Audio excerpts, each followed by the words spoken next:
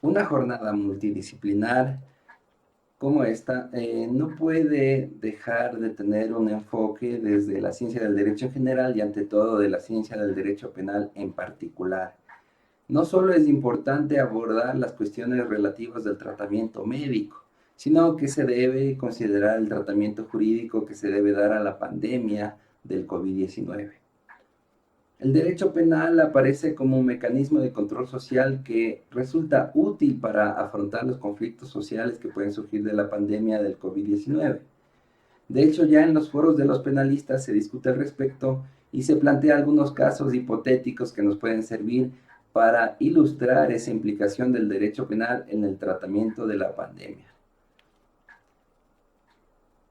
El caso hipotético que se suele plantear es el de un joven que teme haber contraído COVID, porque presenta algunos síntomas y porque pudo haber estado expuesto al virus, ya que no cumple a cabalidad con las medidas de bioseguridad, como el uso de mascarilla y el distanciamiento social, cuando entra en contacto con individuos desconocidos.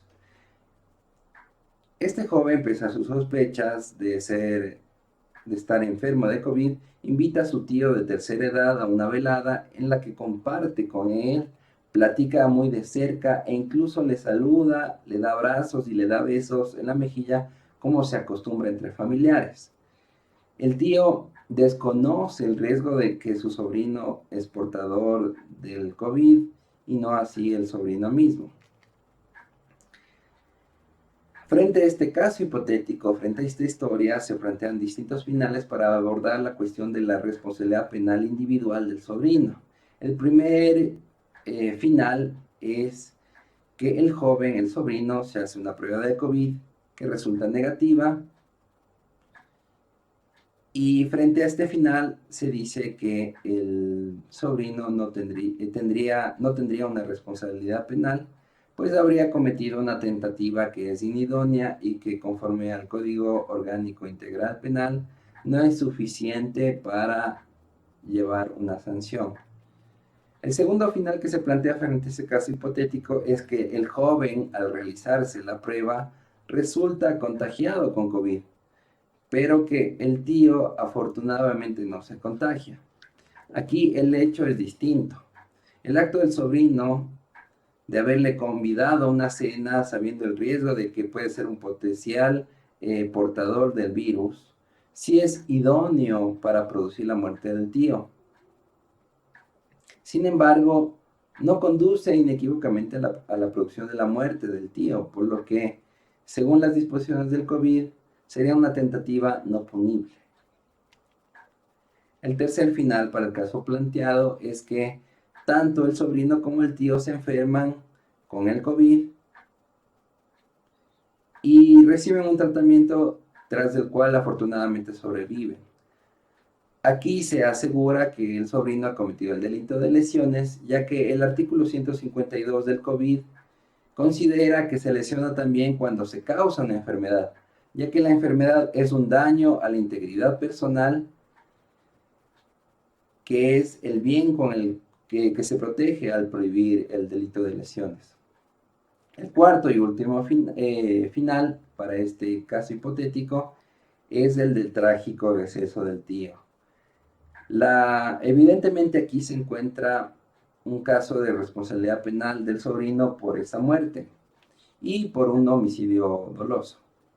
El sobrino habría creado un riesgo de la muerte del tío, que es muy probable, por cierto, porque se conoce que los adultos mayores son más susceptibles a morir con el virus, y el riesgo creado se concretaría en la muerte del tío, que por eso debe serle imputada como una acción por ser un uso irresponsable de su libertad. Otra serie de casos hipotéticos que se plantean para ilustrar la implicación del derecho penal en el tratamiento jurídico del COVID pueden resultar quizás más interesantes para un auditorio como el de estas jornadas, que seguramente está integrado por muchos galenos. De esos casos hipotéticos, sin embargo, solo quiero referirme a uno por ser el que más controversias puede suscitar. Se dice que al consultorio de un médico acude una persona que ha sido diagnosticada con COVID y el profesional le receta un tratamiento con cloroquina, cuya ingesta finalmente produce la muerte, según la autopsia realizada por el médico legista. Aunque la cuestión se planteó en los foros cuando la pandemia recién empezaba, hoy contamos con información que es importante considerar para dar una solución al caso. Varias voces de la comunidad científica han advertido que no se debe usar la cloroquina, pues los estudios han revelado, como uno que publicó, por cierto, la Pontificia Universidad Católica del Ecuador, que esa sustancia tiene efectos nocivos para la salud. Se ha dicho incluso que puede provocar la muerte. Y ese conocimiento ha llegado a ser accesible no solo para médicos, sino para el ciudadano en general, ya que los programas de televisión han dedicado segmentos enteros a abordar el tema y han sugerido que no se ingiera esa sustancia. E incluso han entrevistado a varios médicos que han referido ya muertes causadas por la ingesta de cloroquina. Frente a este caso, se da una solución que resulta un tanto obvia. Se habla que puede existir un homicidio por mala práctica profesional que se encuentra tipificado en el artículo 146 del COVID. Ante las voces existentes en la comunidad médica sobre los efectos de la cloroquina, el médico que suministra a su paciente esa sustancia habría actuado en forma descuidada.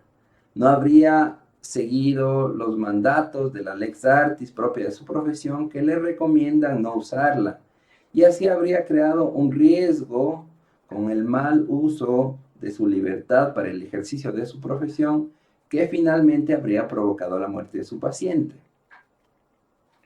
Hay quien opina también, y yo comparto esta opinión, que se puede dar una solución distinta a esa solución obvia. En el caso hipotético, el médico habría cometido un homicidio doloso, que exige una pena más alta y que, por tanto, puede implicar una responsabilidad más gravosa. Siendo conocidos los efectos nocivos de la ingesta de la cloroquina, incluso, según se dijo, para los ciudadanos en común, el acto que desarrolla el médico va más allá del ejercicio de su rol como médico. Él está actuando ya con un conocimiento que es propio de cualquier ciudadano, como ciudadano mismo, y debe ser tratado como tal por el derecho penal al imputarle sus consecuencias. El rol que efectivamente estaría ejerciendo sería en este caso irrelevante al hacerle responsable. La muerte no debía serle imputada como una mala práctica médica, sino como un homicidio común y corriente. Y bien, lo que no se ha cuestionado en los foros académicos, quizás por ser uno de esos temas que se encuentran entre las tinieblas del derecho penal actual, es si es que puede existir responsabilidad penal de las personas jurídicas que tienen por actividad social la prestación de servicios médicos. Es decir, si pueden ser responsables penalmente en el contexto de la pandemia las así llamadas empresas médicas, que son esos hospitales o clínicos que en la actualidad han adoptado una de las formas jurídicas permitidas por la ley y se han constituido como fundaciones, sociedades civiles, compañías limitadas, sociedades anónimas o con otra forma. Como dije, se trata de una cuestión a la que incluso los abogados nos resulta difícil pensar, ya que no estamos acostumbrados a hacerlo porque la posibilidad de hacer responsables penalmente a las personas jurídicas en el ámbito hispanoamericano solo existe a partir del 2010.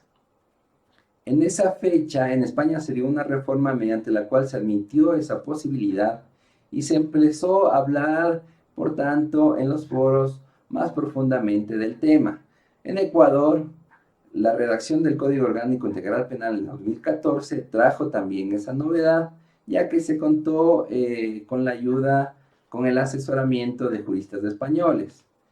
Con esto se abrió también la puerta a la posibilidad de hacer penalmente responsables a las personas jurídicas y de que en este momento planteemos la cuestión.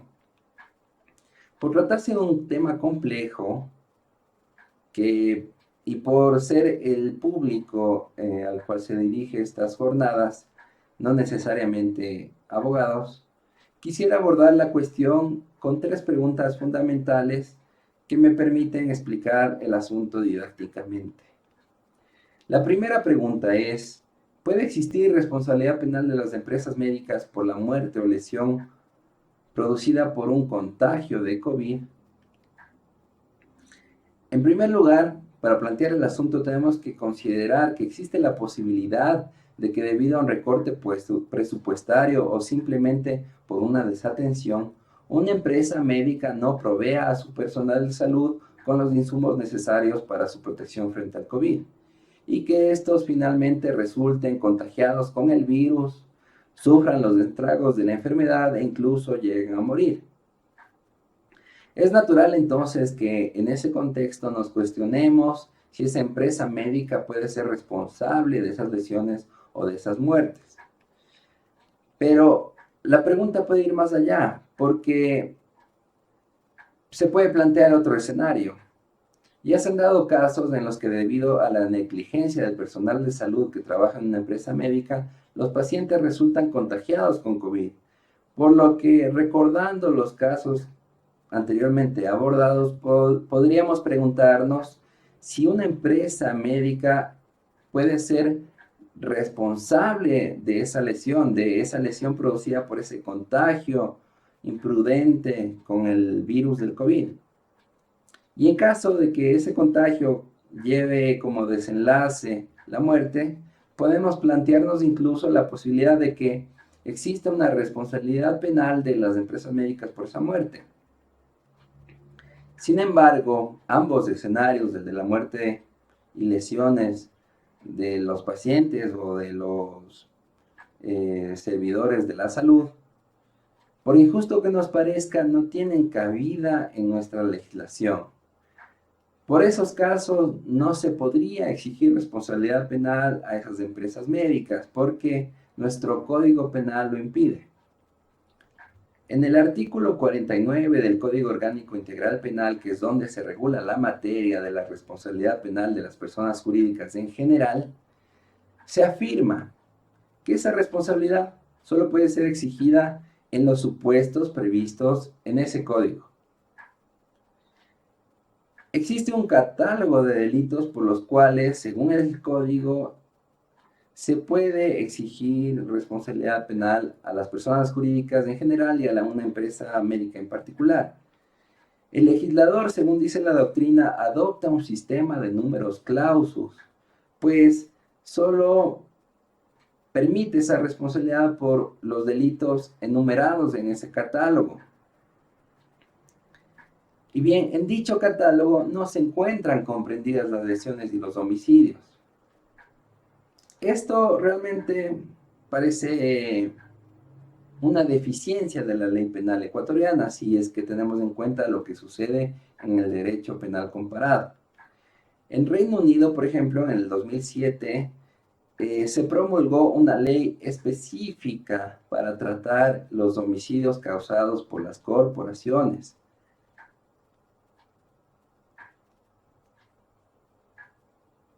Y que trató básicamente del homicidio corporativo. Las empresas médicas, sin embargo, no pueden quedar exentas de responsabilidad penal al afrontar los riesgos creados por la pandemia del COVID. En el catálogo de delitos por los cuales se les hace responsables se incluye uno por el cual bajo las circunstancias actuales de la pandemia podría incurrir en responsabilidad. Curiosamente, por medio de la imputación de ese delito, una empresa médica podría ser responsable de un homicidio, pero de forma indirecta. El artículo 18 del Código Orgánico Integral Penal tipifica el delito de desatención del servicio de salud, que sanciona penalmente la infracción del deber de prestación de ese servicio y contempla como agravante específica para este delito la producción de muerte a causa de esa desatención. En caso de que ese hecho produzca la muerte, la denegación de servicio de salud es más grave y por tanto tiene, según el legislador, una pena más grave. Por este delito sí se reconoce responsabilidad penal de las personas jurídicas y, como es evidente, también la de las empresas médicas. De hecho, no es difícil pensar en un caso en el que puede existir responsabilidad por este delito, ya que se han dado sucesos registrados en los noticieros en que algunos hospitales se han negado a prestar el servicio de salud a enfermos por COVID, que finalmente han muerto.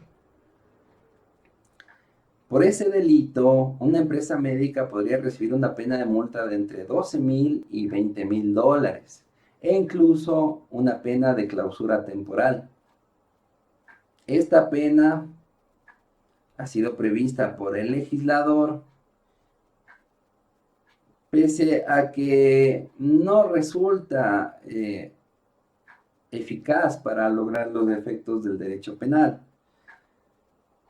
ya que se sabe que las personas jurídicas que pueden ser implicadas por este delito son precisamente hospitales y clínicas, y que se verán abocados a la paralización del servicio de salud, pese a ser esto algo prohibido constitucionalmente.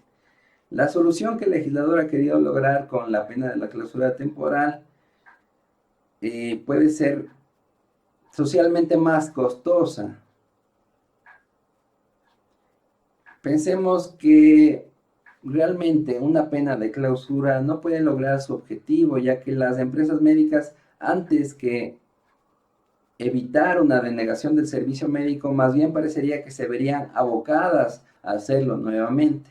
Quizás habría sido más útil que el legislador prevea como pena una intervención en la empresa médica, pues así sí se garantizaría que ésta se encuentre mejor organizada y que en el futuro preste el servicio de salud. La segunda pregunta que he planteado para resolver la cuestión es si pueden ser responsables penalmente los hospitales públicos. Queda claro que las empresas médicas de derecho privado, las personas jurídicas de derecho privado, sí pueden ser responsables penalmente por el delito de denegación del servicio público de salud. Pero la pregunta trascendental aquí es si las empresas de carácter público que presten ese servicio de salud pueden ser responsables. Y la respuesta en definitiva es que es no. En la regulación de la materia, en el artículo 49 del COIP, la responsabilidad penal de las personas jurídicas se limita a las de derecho privado. La doctrina ha entendido que, siendo la principal pena impuesta a las personas jurídicas la de multa, no tendría sentido realmente imponerla a las personas jurídicas de derecho público, porque con ello no se privaría realmente a la persona jurídica sancionada de los recursos económicos para el desarrollo de su actividad, pues estos finalmente terminarían volviendo a ser asignados por parte del Estado. Se dice que la pena de multa en ese sentido implicaría simplemente cambiar de bolsillos del dinero. También se suele afirmar que la pena de multa a una persona jurídica pública podría suponer la paralización de un servicio público, y por eso que la responsabilidad penal de este tipo de personas jurídicas no sería recomendable, ya que antes que una solución supondría un costo social que golpearía a ciudadanos inocentes finalmente. Pero si echamos un vistazo al derecho comparado nuevamente, vemos que en otros lados sí se admite la posibilidad de ser responsables penalmente a las personas jurídicas. El caso holandés es el caso paradigmático, ya que en el año 1994 el Tribunal Supremo holandés trató el tema. Si bien es cierto, el tribunal sostuvo que la persona jurídica más grande de carácter público, que es del Estado, no podría ser responsable penalmente porque al Estado le compete ejercer la función de cuidar el interés público de cualquier manera, y por eso se encuentra abstraído de los cuestionamientos del poder estatal. El resto de personas jurídicas públicas sí podrían ser responsables penalmente. Y para esto consideró el tribunal que se debería tomar en cuenta si la persona jurídica pública está o no ejerciendo una función pública. En el caso Volkel, consecuentemente dijo el tribunal holandés que un municipio no podría ser acusado por la destrucción de nidos de garzas en un parque público, pese a que ese hecho, según la legislación holandesa, constituiría un delito, pues el municipio, al destruir esos nidos de garza, habría estado desempeñando una función pública que le correspondería conforme al derecho, ya que se estaría encargando de la gestión de los espacios públicos y en concreto de los espacios verdes. Desde este punto de vista, parecería nuevamente que nos encontramos ante un nuevo y lamentable vacío de la ley ecuatoriana. Parecería más bien ser justificado que cuando un hospital público no cumple con su función de prestar el servicio de salud, se le exija responsabilidad penal por los daños que ocasione, que pueden llegar a ser tan graves como la muerte. Precisamente porque no ejercería su función pública, parecería necesario una censura por parte del poder estatal. Nuevamente, parece que en esto hay una visión equivocada del legislador penal ecuatoriano que asocia la pena de multa con la responsabilidad de las personas jurídicas. Sin embargo, ya de un solo vistazo de nuestra legislación, se puede comprender que la multa no es la única pena que les puede ser aplicada y que incluso en el Código Penal se prevé ya otras 5 penas posibles. La última pregunta que quisiera abordar es, ¿el acto de denegación del servicio de salud del personal de salud de una empresa médica puede ser suficiente para exigir responsabilidad penal? En el Código Penal ecuatoriano, como en la mayoría de legislaciones que aceptan esa posibilidad, no basta cualquier acto de los individuos vinculados a la persona jurídica para exigirle responsabilidad penal, sino que se exige que sea un acto cualificado. En lo principal, se pide que este acto sea beneficioso para la persona jurídica, pues se entiende que así ese acto podría serle imputado a ella, porque una persona jurídica es una asociación de individuos reunidos para obtener un beneficio. En este contexto surgen inmediatamente dudas, porque parecería que la denegación de un servicio de salud a un paciente por parte del personal de salud de una empresa médica supondría para esta, antes que un beneficio, un perjuicio consistente en la pérdida de un cliente y así de réditos económicos y de un incremento patrimonial. Sin embargo, visto más de cerca el asunto, se entiende que la mayoría de casos de denegación del servicio público de salud por parte de una casa de salud privada, naturalmente se darán debido a la falta de recursos del paciente. Y por eso, más bien tendrán por objetivo ahorrarle a la empresa médica una inversión que no le conseguiría réditos económicos. Y así, ese hecho tendría como objetivo lograr un beneficio indirecto económico para la empresa, que por tanto sí podría serle imputado. Ese hecho bien podría bastar para generarle responsabilidad penal en el contexto de la pandemia del COVID-19.